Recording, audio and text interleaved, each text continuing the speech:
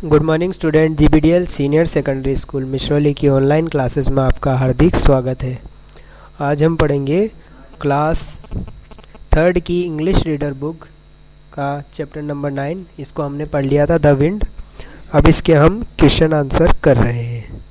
पहला क्वेश्चन आ जाता है, who is the poet of the wind, poem the wind.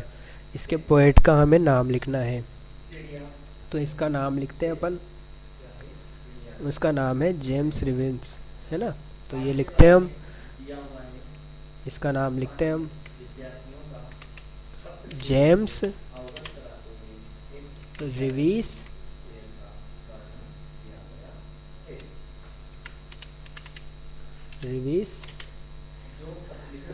Is the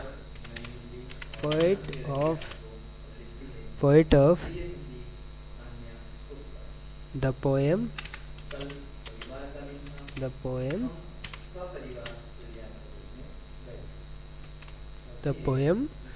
the wind। ठीक है, ये इसका आंसर हुआ। फिर next, what does the wind do when it's angry. तो विंड एंग्री होती है तब क्या करती है ना, तो वो हमें लिखना है। तो when it is angry, when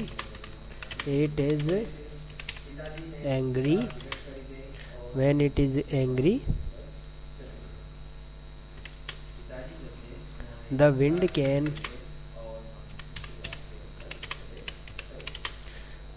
can cause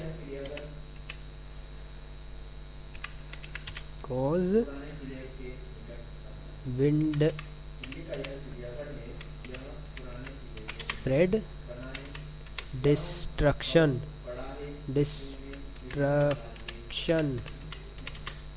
ठीक है, तो जब ये एंग्री होती है यानी कि गुस्सा होती है हवा, तो it can cause wind spread destruction. ये हवा से तबाही मचा सकती है।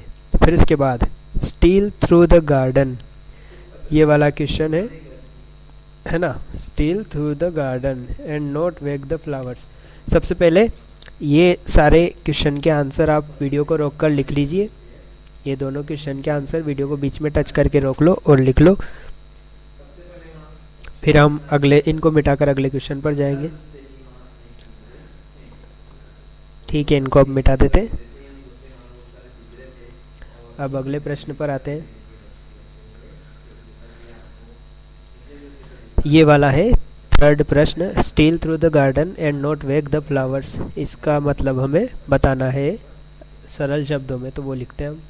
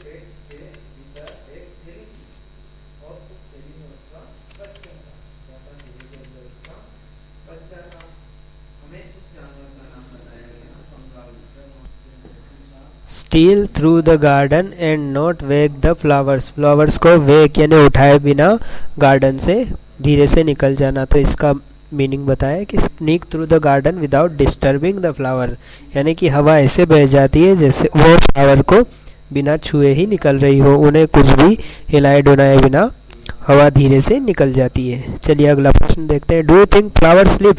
डू यू थिंक, क्या तुम सोचते हो, फ्लावर स्लीप, फूल सोते हैं। स्लीप है ना सोना, फूल सोते हैं। If yes when and how, अगर हाँ तो कब सोते हैं, ये आपको बताना है। चलिए इसका उत्तर लिखते हैं। तो इसका आंसर हम लिखते हैं flowers do not sleep like animals. Flowers do not sleep, वो सोते नहीं है लाइक एनिमल, जानवरों की तरह। But they might take a bit of rest, rest लेते हैं वो, ए बिट यानी थोड़ी सी, रेस्ट यानी आराम लेते हैं वो, night at night because photosynthesis take a break, क्योंकि उस टाइम फोटोसिंथेसिस नहीं होती रहती है, जिसके जो धूप से होती है और जिससे पौधे खाना बनाते हैं, पर रात में तो धूप होती ही नहीं है, तो इसलिए उस टाइम पर ये रेस्ट करते रहते हैं। वीडियो को बीच में टच करके ये दोनों के आंसर आप लिख लीजिए।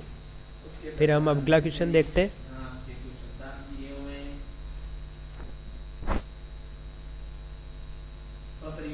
अगला क्वेश्चन है pick out four rhyming words from the poem. Four rhyming words, जो एक जैसे लगते हैं, राइमिंग करते हैं, एक जैसा साउंड आता है, जिनमें से ऐसे वर्ड्स को पोएम में से छांट कर यहाँ पर लिखना है। एग्जाम्पल के लिए sink pink, sink pink same sound करता है, इसलिए यहाँ पर हम बाकी के लिखते हैं।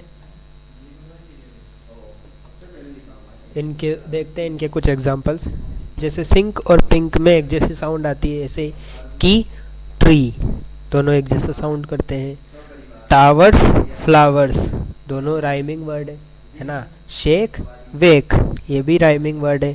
और राइट और क्वाइट, ये भी राइमिंग वर्ड है। इनमें से एक जैसी आवाज़ आती है। ऐसा क्यों होता है? क्योंकि इनके पीछे एक जैसे वर्ड होते हैं, जिसमें ई वाई है और इसमें डबल ई है, इनसे एक जैसा साउंड आता है। इसमें आर ई आर एस है, डब्ल्यू ई आर एस है ना, देखो इसमें भी वो W E R S same to same है, ये इतना, जिसकी वजह से सेम साउंड आता है। इसमें ए के ई, तो इसमें भी ए के ई, इसमें टी पीछे है, इसमें भी टी पीछे है, तो इनसे क्या है कि सेम साउंड आते हैं, इसलिए राइमिंग बन जाती है। फिर देखते हैं अगला question. How did the poet describe the wind? Pick few words और sentences from the poem to describe the wind. Describe यानी बताना। पोएट ने विंड के बारे में कैसे बताया, कुछ वर्ड्स और सेंटेंसेस हमको पोएम में से छांट कर यहाँ लिखने हैं। अब इनमें देखते हैं हम। ड्राइव स्टॉर्म क्लाउड्स, ड्राइव यानी चलाना, स्टॉर्म क्लाउड को चलाना, ठीक है, इससे पता चल रहा है कि एयर कितनी, विंड कितनी पावरफुल है।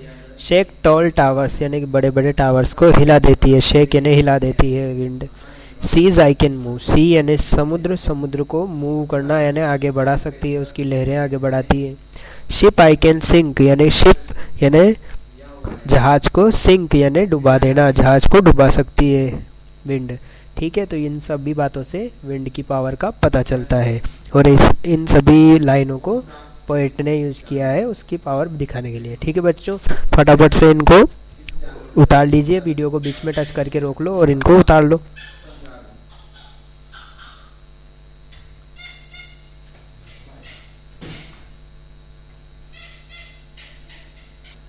ठीक है बच्चों, आज के लिए इतना ही। इनको अच्छी राइटिंग में लिखकर फ़ोटो खींचकर व्हाट्सएप पर भेज देना, ठीक है, और इनको अच्छे से याद भी करना है, ठीक है बच्चों। आज के लिए इतना ही, थैंक यू।